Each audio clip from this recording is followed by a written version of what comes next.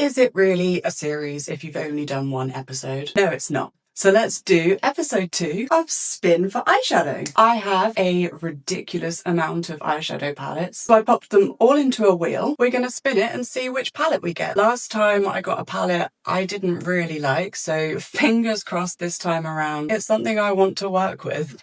Let's go.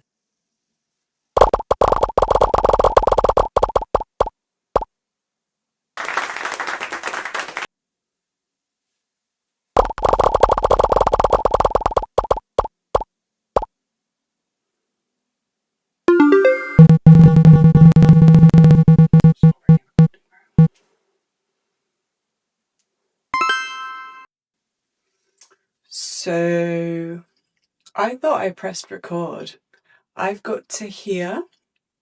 I think it's quite beautiful. And I filmed none of it for you. Well, I don't think none. Let me double check. None. I filmed none of it. Cool. Okay.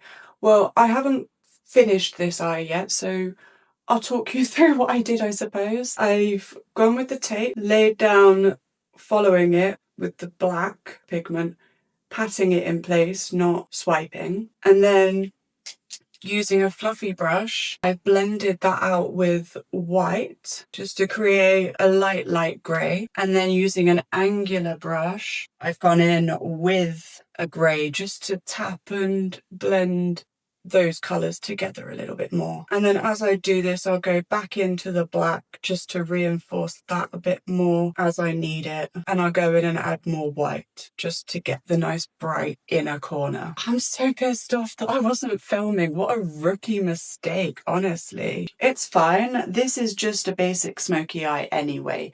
The fun is going to come a little bit later. So I didn't, not the worst mistake, just mildly frustrating. And as I was telling the camera that wasn't listening, if you've got hooded eyes, because I've got hooded eyes, you've got to tilt up and open your lid space wide so you get right in the crevices.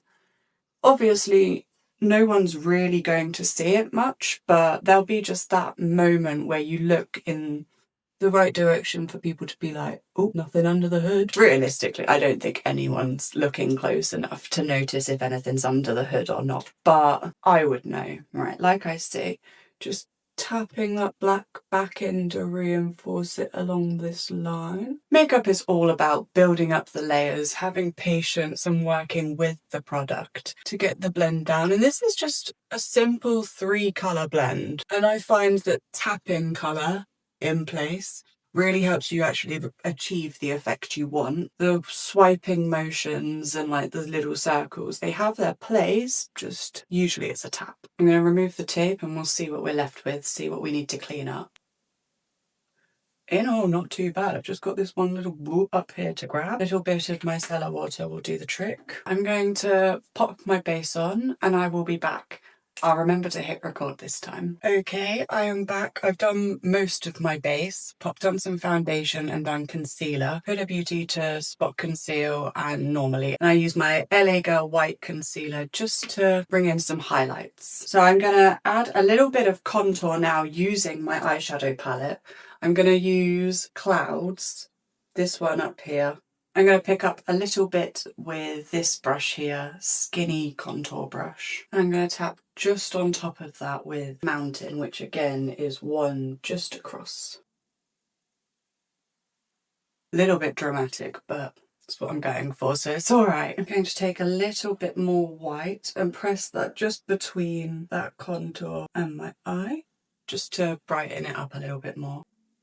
Lovely. I'm going to step a little bit out of my comfort zone and add to the eyeliner. Eyeliner is the one thing I have never been able to master, really. My eye shape just does not make it easy at all. But we're going to use an art technique called, I think it's cybersigilism, if I'm correct. The good thing about cybersigilism is that they're made up of small, almost incoherent strokes that form an image. So it doesn't have to be the neatest, is what I'm trying to get at. It doesn't matter if I go over and over a line because that's the art style. Got a reference picture, I'll pop it here. that I'm using. Hers is 10 times better than anything I could create, but like I say, stepping out of my comfort zone just to see what we can do. I'm going to start by doing a swirl out the top.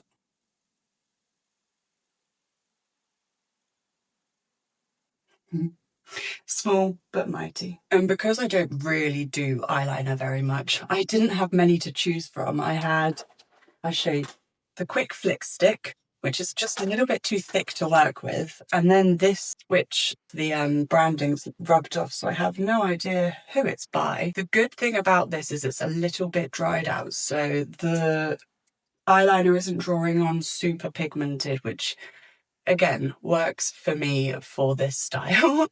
Okay, let's carry on. This is where we're at so far. Just gonna keep adding. I'm gonna pause you because otherwise my camera will die, and I'll come back when I'm nearly finished. So this is eye number 1 there. I'm quite happy with it. Not sure about the diamond at the bottom. That was like the last thing I added. I did that and I was like, best leave it there. Just a little check-in. I'm gonna do this one. They're not gonna match, just gonna say that now. And I'll be back when this eye is done. So this is where we're at now. This eye was a lot easier than this one. I don't really like how that one turned out, but I can just photograph it from this side. What have I got to do now? Glitter! Let's add some glitter. So I've got a bit on my finger. This is, it doesn't have a name, but in the pan it looks very green. On the finger, let me see if I can do the mirror trick. There we go. Shift from green to purple, and then there are really big flecks of black in there too. It's quite a large particle glitter. To get that to stick, I'm gonna use a little bit of my e.l.f. grippy primer, just the smallest amount on the bit where you're going to pop the glitter down. I'm gonna do it, I think, center. And let's see what it does on the eyes.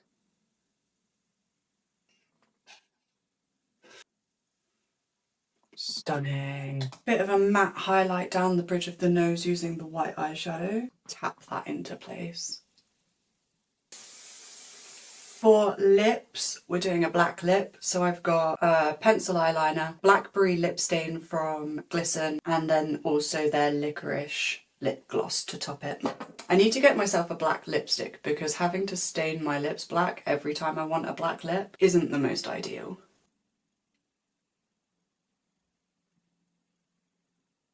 Okay, and while I'm waiting for that to do its thing before lip gloss, I'm going to try and wrestle with some lashes because I feel like this look calls for some dramatic lashes, and I have dramatic lashes. I said earlier that eyeliner is my one weakness, but I think I lied to you because eyelashes aren't so great either.